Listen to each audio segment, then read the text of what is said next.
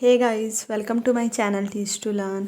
जैसा कि आपको पता है, हमने क्लास 8th का 5th चैप्टर स्टार्ट किया है और प्रीवियस वीडियो में हमने बायोस्फीयर रिजर्व और फ्लोरा एंड फौना के बारे में डिस्कस किया था। अगर आपने अभी तक इस चैप्टर की प्रीवियस वीडियोस नहीं देखी हैं तो आप डिस्क्रिप्शन में दिए गए लिंक से देख सकते हैं। आज हम करेंगे एंडेमिक स्पीसीज से अपना चैप्टर नेक्स्ट स्टार्ट। तो चलिए स्टार्ट करते हैं हम अपना टॉपिक। वीडियो को एंड तक देखें ताकि आपका कोई भी डाउट इस टॉपिक से ना रहे। तो चलिए लेट्स स्टार्ट। जो एंडेमिक स्पीशीज हैं, हम इसमें देखेंगे कि आखिर ये होते क्या हैं। अब जैसे कि हम देख रहे हैं, बच्चे पंचमढ़ी बायोस्फीयर रिजर्व में घूम रहे हैं। तो फिर जैसे ही वो एक डीप फॉरेस्ट में एंटर करते हैं तो चिल्ड्रन एक बड़ी सी गिलहरी बिग स्क्विरल को देखकर सरप्राइज हो जाते हैं। इस स्क्विरल के बहुत ही बिग और फ्लफी सी पूंछ होती है, जैसे कि यहाँ पे इस फिगर में हमें दिखाई दे रहा है। ये क्या है, इस स्क्विरल की इतनी लंबी सी ये पूंछ दिखाई दे रही है।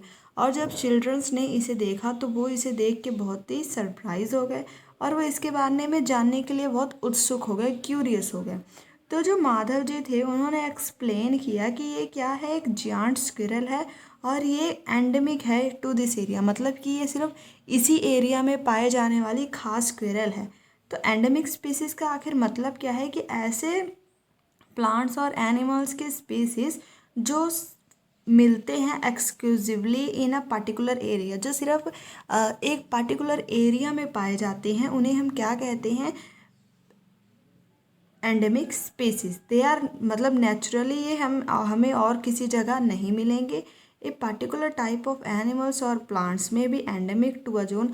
अब जो एक एंडेमिक स्पीसीज है ये किसी एक पर्टिकुलर जोन की भी हो सकती है, एक स्टेट की भी हो सकती है और एक कंट्री की भी हो सकती है कि हाँ, ऐसे स्पीशीज़ जो सिर्फ इंडिया में मिल रही हैं और कहीं नहीं मिल रही है, या फिर ऐसे स्पीशीज़ जो सिर्फ हमें पंजाब में मिल रही हैं और कहीं नहीं मिल रही है, या फिर किसी एक पर्टिकुलर जोन में ही मिल रही हैं पर और कहीं नहीं मिल रही हैं। उन सबको हम किसकी कैटेगरी में रख सकते हैं, एंडेमिक स्पीशीज़ की।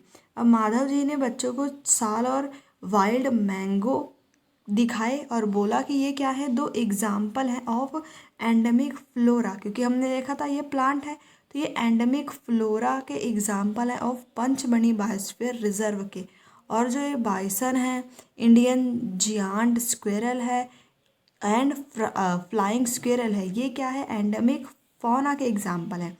फ्लोरा में क्या आ जाएंगे, प्लांट्स आ जाएंगे, और फौना में क्या आ जाएंगे, एनिमल्स। और एंडेमिक का मतलब कि स्पेशली उसी एरिया में पाए जा रहे हैं। तो यहाँ पे इन्होंने वैसे कुछ एग्जांपल्स दी हुई हैं। प्रोफेसर अहमद ने बाद में उन्हें बताया कि अगर हम इन एनिमल्स के हैबिटेट को, मतलब कि रहन सहन को डिस्ट्रक्शन, इनमें मतलब बाधा पैदा करते हैं, तो हम ऐसा कैसे करते हैं। अगर हमने पॉपुलेशन हमारी लगातार बढ़ती जा रही है तो हम जंगलों को काटते हैं और जंगलों को काटने से इनके घर तबाह होते हैं, तो हम इनके रहन सहन में डिस्ट्रक्शन पैदा करते हैं। और या फिर हम जैसे यहाँ पे अगर एक मैंगो का ट्री लगा है तो उसी के साथ में हम कोई और बबूल या किसी और ट्री को इंट्रोड्यूस कर दें, न्यू स्पीशीज़ को इंट्रोड्यूस कर दें, तो ये जो इसका मैंगो का ट्री है, इसका जो नेचुरल हैबिटेट है इस एंडेमिक स्पीशीज़ का, उसको भी इफ़ेक्ट करेगा और उसकी एग्जिस्टेंस को डेंजर में डाल देगा। तो वही प्रोफेसर अहमद ने बताया कि कुछ ऐसी एक्टिविटीज़ हैं जिससे हम इनके हैबिटेट को डिस्ट्रक्ट करते हैं, उनको खतरे में डाल देते हैं।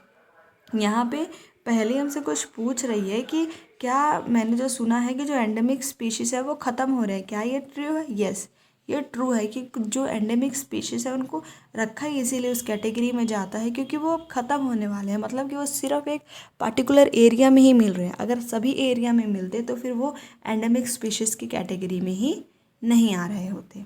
अब यहाँ पे हम स्पीशीज़ बोल तो रहे हैं पर असल में होता क्या है। स्पीशीज़ क्या है, group of population which are capable of interbreeding, मतलब कि ये ऐसे प्लांट्स या एनिमल्स का ग्रुप है जो अपने ही तरह के स्पीशीज़ के साथ इंटर ब्रीडिंग कर सकता है, मतलब कि अपने ही तरह के स्पीशीज़ के साथ रिप्रोडक्शन कर सकता है। जैसे यहाँ पे इन्होंने बोला है, इसका मतलब क्या है कि ये जो मेंबर हैं or species can reproduce fertile offsprings only with the members of their own species and not with the members of other species। जैसे कि अगर हम मैंगो के ट्री की एग्जांपल ले तो जो मैंगो का ट्री है इसका मतलब कि अगर ये अपने ही तरह के मेंबर के साथ रिप्रोड्यूस करेगा और अपने ही तरह के ऑफस्प्रिंग्स मतलब कि अपने ही तरह के बच्चे, जैसे मैंगो का पेड़ है तो उससे हमें जो मिलेगा वो भी मैंगो का पेड़ ही मिलेगा। ऐसा नहीं है कि वो हमें किसी किक्कर या फिर किसी अंगूर वगैरह का पेड़ मिल जाए, ऐसा नहीं है। वही इन्होंने बोला है कि अगर जो भी मेंबर है स्पीशीज वो अपनी ही तरह के फर्टाइल ऑफस्प्रिंग्स को जन्म देगा, मतलब कि जो जिस मैंगो के पेड़ से हमें मैंगो का पेड़ मिला है वो भी आगे अपने ही तरह के फर्टाइल मतलब कि वो भी आगे फर्टाइल हो अपनी ही तरह के ऑफस्प्रिंग्स को पैदा करने में, only with the members of their own species. मतलब कि जो मैंगो का ट्री है वो मैंगो के ट्री के साथ ही रिप्रोड्यूस करके अपनी तरह के ऑफस्प्रिंग्स को जन्म दे। ये नहीं है कि मैंगो का ट्री अगर हम ग्रेप्स के ट्री के साथ नहीं कर सकता। वही उन्होंने बोला है not with the members of other species. Members of a species have common characters. हमें पता है मैंगो का ट्री अगर है तो उसके जो स्पीशीज होंगे मैंगो के ट्री की तरह ही होंगे जो मैंगो के ऑफस्प्रिंग्स होंगे, तो इन्हें कहते हैं हम स्पीशीज। नेक्स्ट एक्टिविटी क्या है, इन्होंने आपको बोला है कि जहाँ भी आप रहते हैं उस एरिया में रह रहे आप अपने एंडेमिक प्लांट मतलब कि उस एरिया के जो भी सिर्फ आपके एरिया में पाए जाने वाले प्लांट है या सिर्फ आपके एरिया में जो भी पाए जाने वाले एनिमल हैं आप उसकी लिस्ट बनाइए और इस एक्टिविटी को करिए। नेक्स्ट यहाँ पे हमें दिया हुआ है वाइल्ड लाइफ सेंचुरी। अब हमने एंडेमिक स्पीशीज़ तो देख लिया कि ऐसे स्पीशीज़ जो सिर्फ एक पार्टिकुलर एरिया में पाए जाते हैं, चाहे वो प्लांट्स हो या फिर एनिमल्स हों।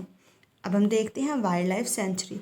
जैसे पहेरी ने पंचमणि वाइल्ड लाइफ सेंचुरी का बोर्ड देखा तो फिर प्रोफेसर अहमद ने एक्सप्लेन किया कि इस एरिया में एनिमल्स को पकड़ना, उन्हें मारना और उनको पनिश कर मतलब उनको कैद करना ये पूरा स्ट्रिक्टली मना है और अगर कोई भी ऐसा करता है तो उसे पनिश किया जाता है by law in such places. मतलब कि ये जो वाइल्ड लाइफ सेंचुरी है इस तरह की प्लेसेस पे अगर कोई भी किसी एनिमल को पकड़ता है, उसे मारता है, कैप्चर करता है तो उसे पनिश भी किया जाता है लॉ के under law. Wild life sanctuary जैसे कि रिजर्व फॉरेस्ट प्रोवाइड प्रोटेक्शन। अभी जो वाइल्ड लाइफ सेंचुरी आखिर ये होती क्या है, ये एक रिजर्व फॉरेस्ट है जो प्रोटेक्शन देती है वाइल्ड एनिमल्स को और उनके रहने के लिए, उनके लिविंग कंडीशन के लिए एक स्वीटेबल मतलब उनके रहने के लिए एक स्वीटेबल कंडीशन, उनको पूरा स्वीटेबल सा इन्वायरमेंट दिया जाता है।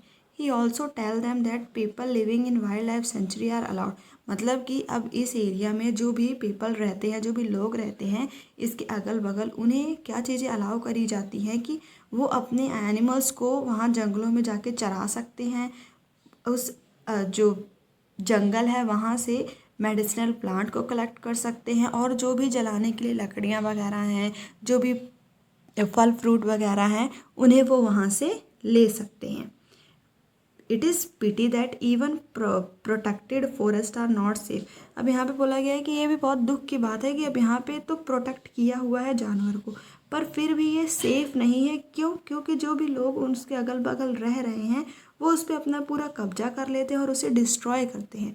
अब यहाँ पे तो लोगों को सिर्फ ये कहा गया है कि वो ये चीज़ें कर सकते हैं, पर जो लोग होते हैं वो क्या करते हैं, वो इस चीज़ का गलत फ़ायदा उठा लेते हैं और अपना पूरा हक ही जमाने लग जाते हैं उस फॉरेस्ट पे। चिल्ड्रन ने फिर याद किया कि जब वो ज़ू में गए थे तो ज़ू में भी एनिमल्स को प्रोटेक्ट करने के लिए प्लेसेस बनाई जाती हैं। यहाँ पे जो बूझो है उसका क्या है, एक क्वेश्चन भी है कि जो ज़ू है वहाँ भी एनिमल्स को रखा जा रहा है और वाइल्ड सेंचुरी है वहाँ भी एनिमल्स को रखा जा रहा है, तो इन दोनों में आखिर डिफरेंस क्या है? तो ज़ू क्या है, ज़ू ऐसी प्लेस है जहाँ पे एनिमल्स को आर्टिफिशियली रखा जाता है, मतलब उनको रखने के लिए जो माहौल बनाया जाता है, जो इन्वायरमेंट बनाया जाता है वो आर्टिफिशियल होता है। पर वाइल्ड लाइफ सेंचुरी में बिल्कुल नेचुरल इन्वायरमेंट ही होता है, वहाँ पे कोई भी आर्टिफिशियल इन्वायरमेंट नहीं होता है।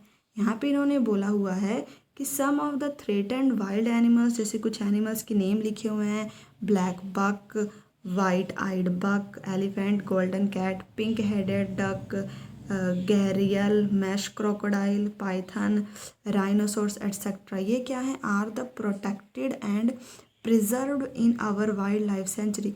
इन जो सारे एनिमल्स के नेम लिखे हुए हैं ये सब, इन सब को प्रोटेक्ट किया जाता है और वाइल्ड लाइफ सेंचुरी में बचा के रखा जाता है ताकि ये ख़त्म ना हो जाए।